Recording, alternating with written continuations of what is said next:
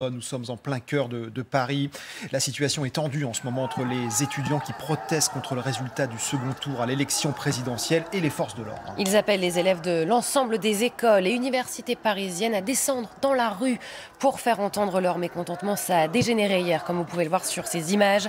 Et le calme est revenu seulement en fin de journée. Laura Berlioz, Kevin Elias. Face à face tendu entre policiers et manifestants en fin d'après-midi. Les forces de l'ordre ont utilisé des gaz lacrymogènes pour repousser des étudiants qui s'approchent de plus en plus de la faculté et montent des barricades.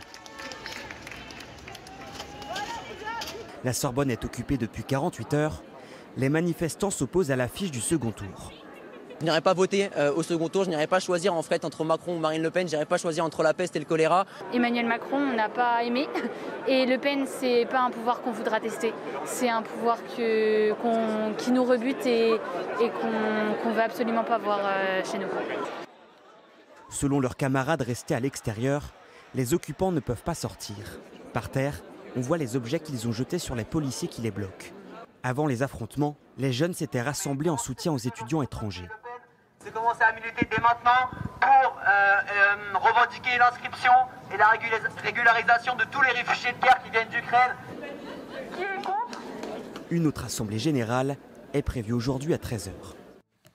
Il y a des milliers, pour ne pas dire des dizaines de milliers d'étudiants étrangers en France. Heureusement, jeune homme, il appelle à la régularisation, on peut toujours enfoncer les portes ouvertes. Moi, j'ai relevé quelques slogans inscrits sur les murs à l'intérieur.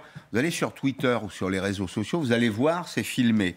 1. Contre les élections. Nous sommes contre les élections. 2. Arrêtez vos études de gestion. Autrement dit, économie stupide, c'est même pas la peine, pas parler d'argent, alors qu'ils ne parlent que de ça, en réalité, puisqu'ils réclament des moyens supplémentaires. La révolution est un devoir, et puis, pierre par pierre, nous détruirons Emmanuel Macron. J'ai envie de leur dire, m'adressant aux jeunes, si tu veux être représenté, va voter. Et si tu es battu, ça s'appelle la démocratie. Peut-être des abstentionnistes dans le lot de ceux qui ont manifesté en tous les cas hier. Nicolas. Oui, non, je pensais à de la misère en milieu étudiant quand même, parce que je comprends ce que dit Pascal et c'est assez juste. Mais ce qu'ils ont vécu depuis 2 ans peut-être expliquer, au fond, le niveau de réflexion zéro. Il leur a manqué bien des cours, sans doute. En tout cas, mettre sur le même plan Macron et Madame Le Pen, c'est une courte vue. Mais je pense quand même qu'il a été fait des choses pour les étudiants, mais trop peu et trop mal. Je veux dire, on a eu une ministre absente totalement, Frédérique Vidal, je veux dire, dont on n'a jamais su si elle voulait partir, rester, etc. Et qui était, qui n'a pas pris qui n'a pas donné de la considération à ces gens qui se sont paumés dans la nature. Je veux dire, on voit là ce que ça donne, hélas. Et évidemment, on a vu ces images de files d'attente de ces étudiants devant la banque alimentaire, notamment, pendant toute cette année.